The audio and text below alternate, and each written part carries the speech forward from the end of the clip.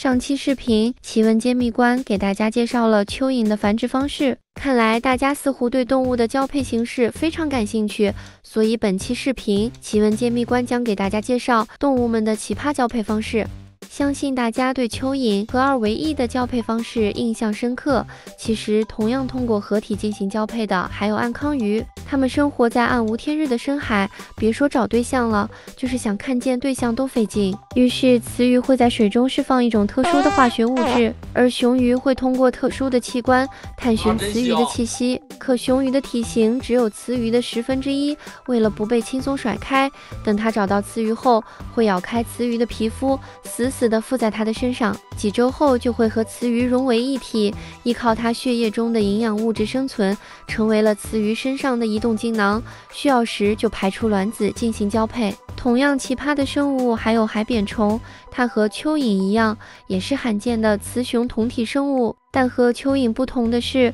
蚯蚓交配时会对射精华液，互攻互受，而海扁虫交配前必须打一架，露出自己的丁丁进行击剑，决定谁攻谁受，输的那一方就要被绝了。当然，动物们的丁丁不只能用来打架，就比如我们熟知的章鱼，它长着8条又长又软的触手。但你可能不知道的是，雄性章鱼其实只有7条触手，剩下的1条是它的丁丁，上面长着精囊，顶端和人类的阴茎、阴蒂一样可以充血勃起。它们的交配方式也很独特，雄性章鱼会将这条触手插进雌性章鱼的呼吸孔中，将精子送入雌章鱼头部的输卵管，就相当于把丁丁插进了鼻孔中，再喷射到脑袋里。当然，雄性章鱼也要为自己粗鲁的行动付出代价。急需营养的雌章鱼会当场吃掉雄章鱼，为了活命，雄章鱼甚至会自断命根来逃生。然而值得一提的是，不管雄章鱼是否成功逃生，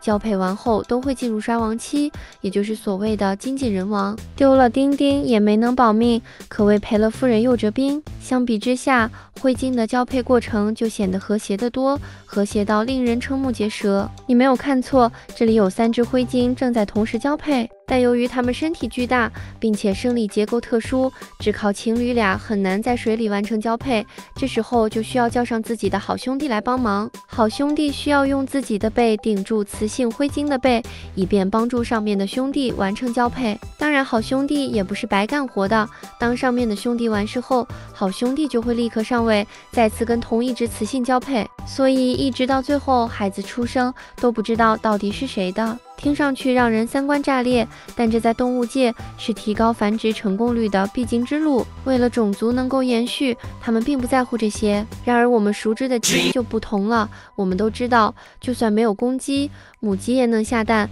但也只有依靠公鸡，母鸡才能产出能孵化小鸡的受精卵。但你可能不知道，公鸡是没有丁丁的，只有短短的泄殖腔。公鸡通常会骑在母鸡背上，将精华液倒入母鸡的泄殖腔中。一只母鸡也会跟多只公鸡交配，但和灰鲸不同的是，如果母鸡对公鸡不满意，还能把它的精华液给喷出来，然后继续寻找更合适的公鸡进行交配，直到挑到自己满意的对象为止。可它的好搭档鸭子就没这么幸运了。鸭子是鸟类中少数拥有丁丁的生物，而且它们的丁丁也非常独特，就像是红酒的螺旋开瓶器。这都是为了能在母鸭子体内指导黄龙，并且公鸭子并不懂得怜香惜玉，它们最爱霸王硬上弓，将母鸭子死死地压在身下，有时甚至会导致母鸭子溺水而亡。当然，面对公鸭的暴行，母鸭也有自己的对策。公鸭的丁丁是逆时针方向旋转的，而母鸭的阴道刚好相反。这意味着，如果母鸭不满意身上的公鸭，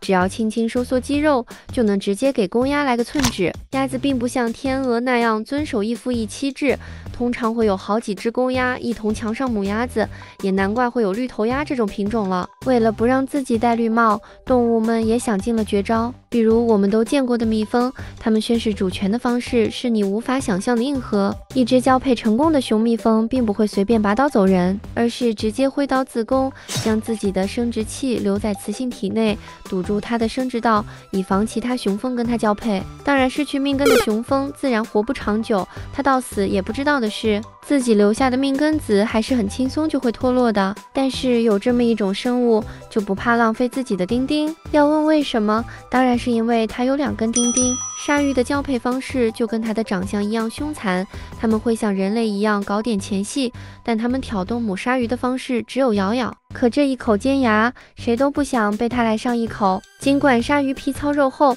被咬一口也会痛。要是办事的时候一挣扎，公鲨鱼的小弟弟就不保喽。好在鲨鱼还有1根备用的丁丁，紧急时刻还能救场。动物们为了啪啪啪，真是有够拼的。接下来的这位更是重量级，它叫带曲，个子不大，有的甚至不足20克，但它们为了啪啪啪，可谓是燃烧了生命。当繁殖期到来，公带曲体内的睾酮素水平会瞬间飙升，让它们展现出雄性魅力，并且促使它们疯狂发情，不断寻找雌性。接下来3个星期里，它可以不吃不喝，成为一个交配的机器。期间，它会不停寻找母带曲进行交配，连续交配时间长达14小时。可它的免疫系统也会因此崩溃，它们会开始内出血、掉毛，最后甚至还会双目失明。可即便世界一片黑暗，带曲依然会本能地搜寻异性，直到生命的最后一刻。如此拼命只是为了繁衍后代，